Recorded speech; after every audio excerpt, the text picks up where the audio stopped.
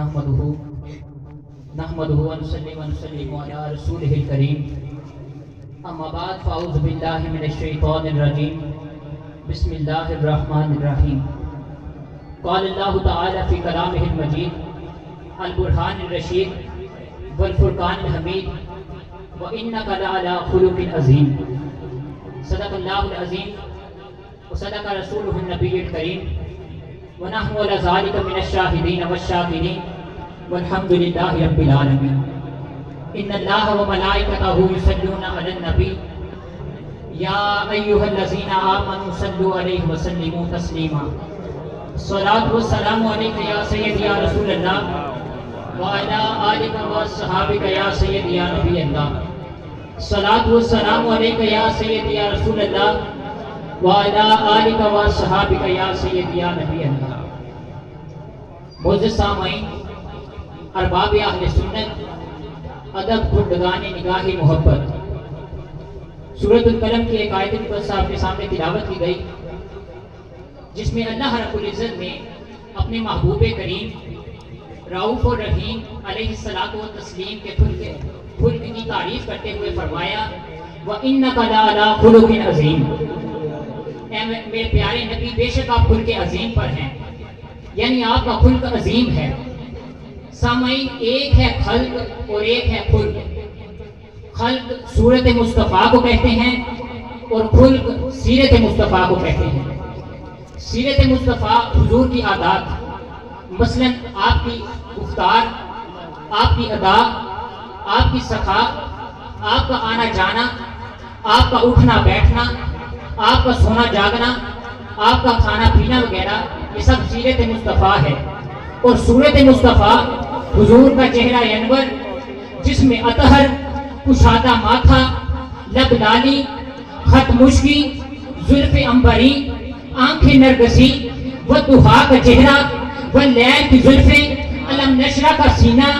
مارمیت کے بازو، ید اللہ کے ہاتھ، یاسین کے دانت، یا ایھا المزمل کی کملی، یا ایھا المدثر کی چادر،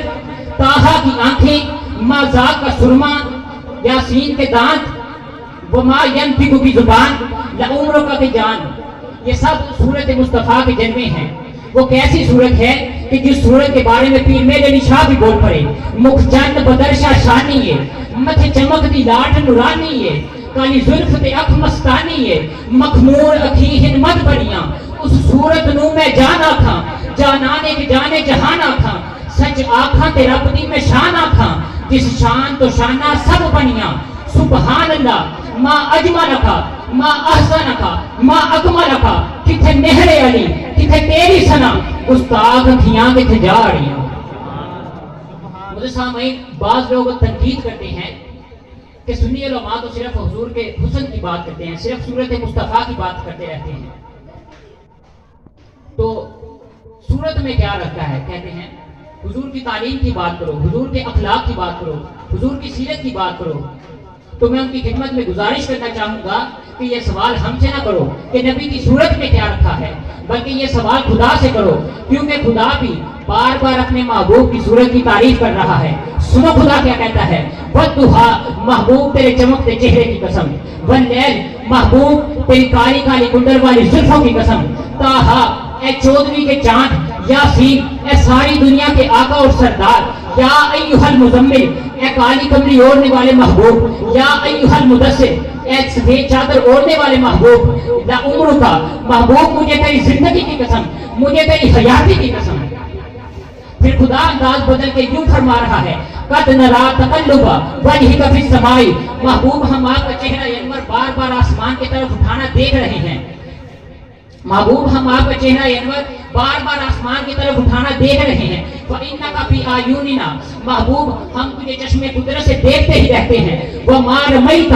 إِذْ رَمَيْتَ وَلَٰكِنَّ اللَّهَ رَمَىٰ، محبوب جب تو پھینکتا ہے تو کب پھینکتا ہے؟ تیرا خدا پھینکتا ہے. يَدُ اللَّهِ فَوْقَ أَيْدِيهِمْ، محبوب جب تو لوگوں کے ہاتھوں پر ہاتھ رکھ کے بیٹھ لیتا ہے تو تیرا ہاتھ تیرے خدا کا ہاتھ ہوتا ہے. لا اقسم بهذا البلد وانت حل بهذا البلد، محبوب مجھے کیا ضرورت تھی میں شہر مکہ کی قسم اٹھاتا،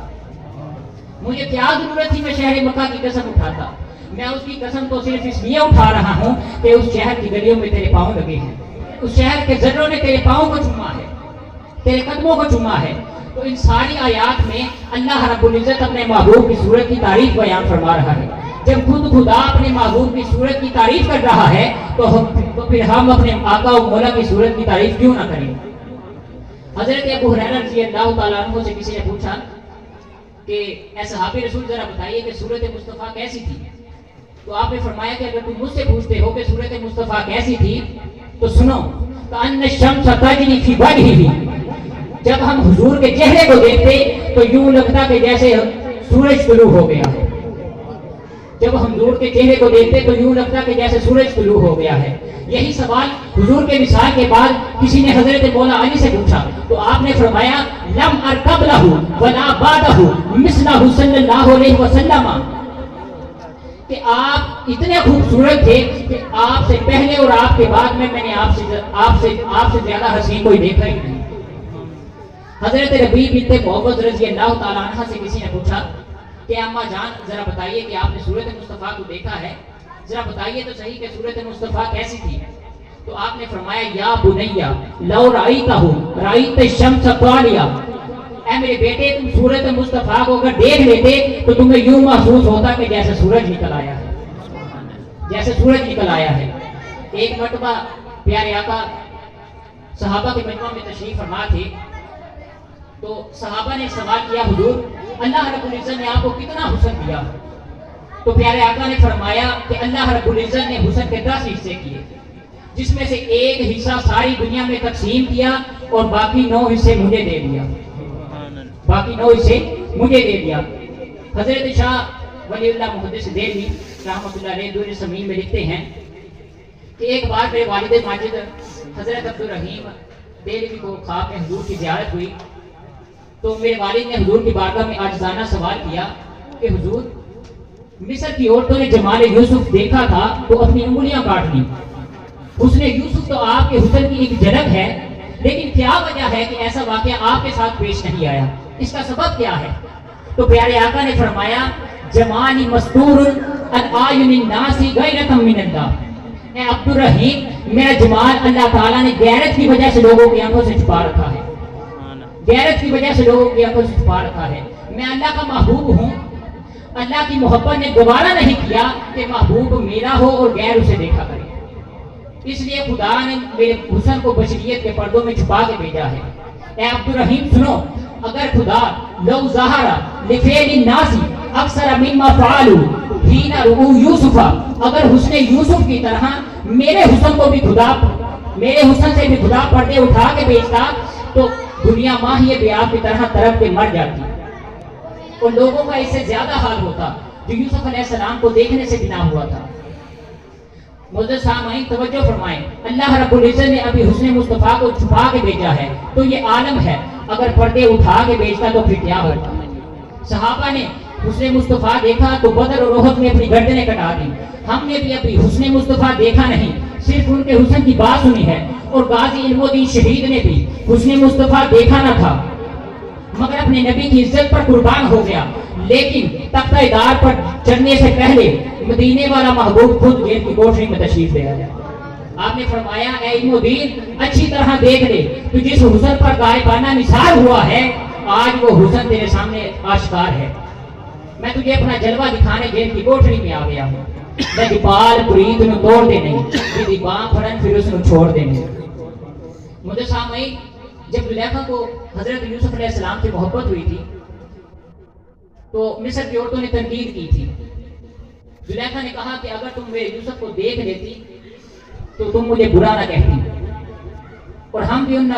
لوگوں سے کہتے ہیں کہ نادانوں تم حسن مصطفیٰ کی تعریف کرنے پر ہم پر تنقید کرتے ہو، ہم تمہیں صرف اتنا کہتے ہیں کیا خوب سجن دیاں اکھیاں نے جنہیں پڑھ کے زرائیاں رکھیاں نے، تو اجے میرا محبوب نہیں ڈٹھا جنوں ویکھ کے چل شرماوے، ادھی راتی دن چڑھ جاوے، جے او رخ تو نقاب اٹھاوے، جے او نکلے سیر کرن نوں سارا گلشن سیس نواوے، اتھے دھرتی لف لف جاوے، جے ہاتھ پھلاں وچ رکھدا ہاتھ پھلاں تو ود جاوے، جیو کھولے پیج لف دے تے راہی راہ بھول جاوے علم خدا نے اینا دیتا عقلاں وچ نہ آوے عقل خدا نے اینی دیتی علماں وچ نہ آوے نظر چوسدی جیڑا آوے او وچ جاوے خلق اس دے مولے دنیا کوئی ویلے جان بچاوے اعظم ایڈا سونا ماہی سال کدرے نظر نہ آوے۔ اور پھر کسی نے میرے آقا کی صورت سیرت کا نقشہ یوں کھینچا،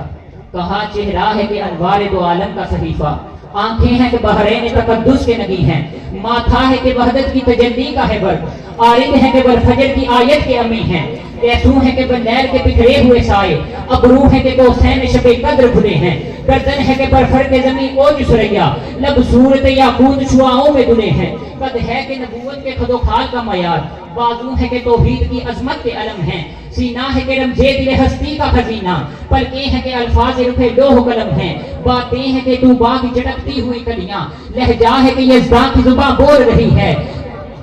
یہ دانت یہ شرازہ شبنم کے تراشے، یاقوت کی وادی میں دمکتے ہوئے ہیرے، شرمندہ اتاب لب دندان پیمبر، حرف پسنا خانی وخامہ بسریرے، یہ موجے تبسم ہے کہ رنگوں کی دنک ہے، یہ عکس متانت ہے کہ ٹھہرا ہوا موسم، یہ شکر کے سجدے ہے کہ آیات کی تنزیل، یہ آنکھ میں آنسو ہے کہ الہام کی رمجم، کہنے کو تو ملبوس بشر اوڑ کے آیا، لیکن تیرے احکام فلک پر بھی چلے ہیں، انگلی کا اشارہ تھا کہ تقدیر کی ضربت، مہتاب کے ٹکڑے تیرے قدموں میں گرے ہیں، کہنے کو تو خاکوں پہ گزری تیری راتیں، اسلام مگر اب بھی نمک خار ہے تیرا، کہنے کو تیرا فخر تیرے فخر کا باعث، لیکن تو سخاوت کے سمندر کا کنارہ، کہنے کو تیرے سر پہ ہے دستار یتیمی، لیکن تو زمانے کے یتیموں کا سہارا۔ موجود سامعین، میرے آقا تاجدار مدینہ صلی اللہ علیہ وسلم کے ساتھ جب تک قلبی عشق اور آپ کے حسن و جمال کے ساتھ قلبی لگاؤ نہیں ہوگا، کامل ایمان نہیں ہوگا۔ اس لیے ہم آپ کے